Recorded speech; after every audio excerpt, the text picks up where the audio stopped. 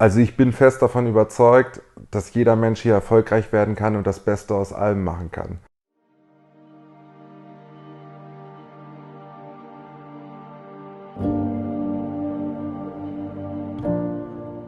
Mein Name ist Björn Müller und ich denke, meine Geschichte ist ein gutes Beispiel dafür.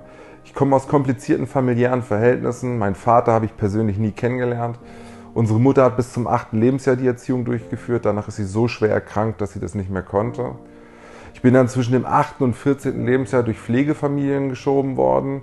Dementsprechend sind meine Schulnoten auf der Strecke geblieben. Ich bin in der 1. Klasse sitzen geblieben und in der 3. Klasse. Ich glaube nicht, dass das sehr viele Menschen hinbekommen haben.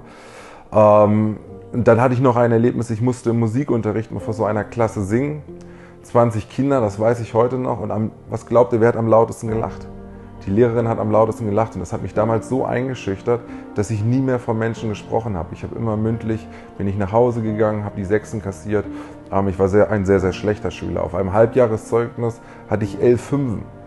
Und am Ende habe ich meiner ältesten Tante zu verdanken, dass ich überhaupt wieder zur Schule gegangen bin und meine Schulabschlüsse nachgemacht habe. Leider hatte ich dann auf meinem Abschlusszeugnis 2 Noten, die jegliche Bewerbung unmöglich gemacht haben. Also ich hätte 1000 Bewerbungen verschicken können, ich hätte kein Vorstellungsgespräch bekommen. Mit Deutsch 5, Englisch 4, Wirtschaftsschule machst du nichts. Die Leute sagen, der kann nicht sprechen, nicht schreiben, was wollen wir mit dem?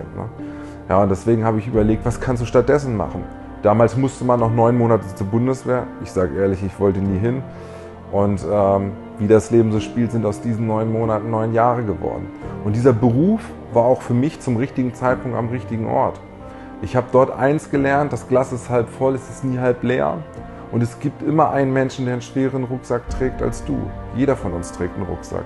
Und wenn du dort in eine Schule gehst, wo 2 kleine Mädchen sind, die nur anfangen zu weinen, weil du eine Uniform trägst, dann lernst du eigentlich dein Leben erst wieder zu schätzen und wirst demütig vor dem, was du hast. Ja, und für mich war das extrem wichtig in dieser Zeit. Ich habe dann das Geschäft 2005 auch über meinen alten Beruf kennengelernt. Zu einem Zeitpunkt, ich würde sagen, hätte ich es anders kennengelernt, hätte ich dieses Geschäft niemals angefangen. Ich bin dann 2005 auch gestartet, aber nicht durchgestartet. Also ich war 2 Jahre eigentlich mehr oder weniger nur Kunde.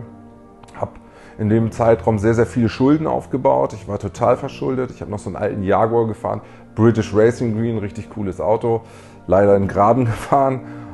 Ich konnte mir nicht mal die Reparatur leisten. Und wenn du dann in so einer Stadt, ja, wie Celle, 80.000 Einwohner, jeder kennt dich, mit dem Fahrrad durch die Stadt fährst, ich habe mein Leben gehasst, wirklich. Und habe nach Auswegen gesucht. Und dann habe ich Kontakt wieder zu meinem Sponsor damals aufgenommen, zu Benjamin, habe gesagt, du, Benjamin, wie sieht's aus? Pulver in Dosen, bist du schon Millionär? Also ich habe mich lustig über ihn gemacht, kann man sagen. Und da hat er einen Satz gesagt, du Björn, meinst du das überhaupt ernst? Damals wusste ich nicht, was dieser Satz bedeutet. Heute mit etwas Abstand weiß ich, was er bezwecken sollte. Ich meine, ich war Mitte, Ende 20 und er sagte, Björn, morgen 11 Uhr Veranstaltung in Oldenburg, bist du pünktlich da? Ich meine, welcher Mitte, Ende 20-Jährige hat Lust auf einen Samstag um 11 Uhr auf eine Veranstaltung zu fahren? Ich habe mir Ausreden überlegt. Und ich habe ihm zu verdanken, er hat mir eine Mitfahrgelegenheit organisiert, dass ich überhaupt zu dieser Veranstaltung gekommen bin. Und diese Veranstaltung hat im Grunde mein Leben verändert. Deswegen sage ich auch, der Faden im Leben ist oft ganz dünn, in welche Richtung es geht. Ja? Ich kann mich noch erinnern, da war ein Unternehmer, der pleite gegangen ist. Der hat erzählt, was er sich hier für eine Existenz aufgebaut hat. Und da sind wir beim Thema Bauchgefühl. Ist das Bauchgefühl gut? Informiere ich mich weiter?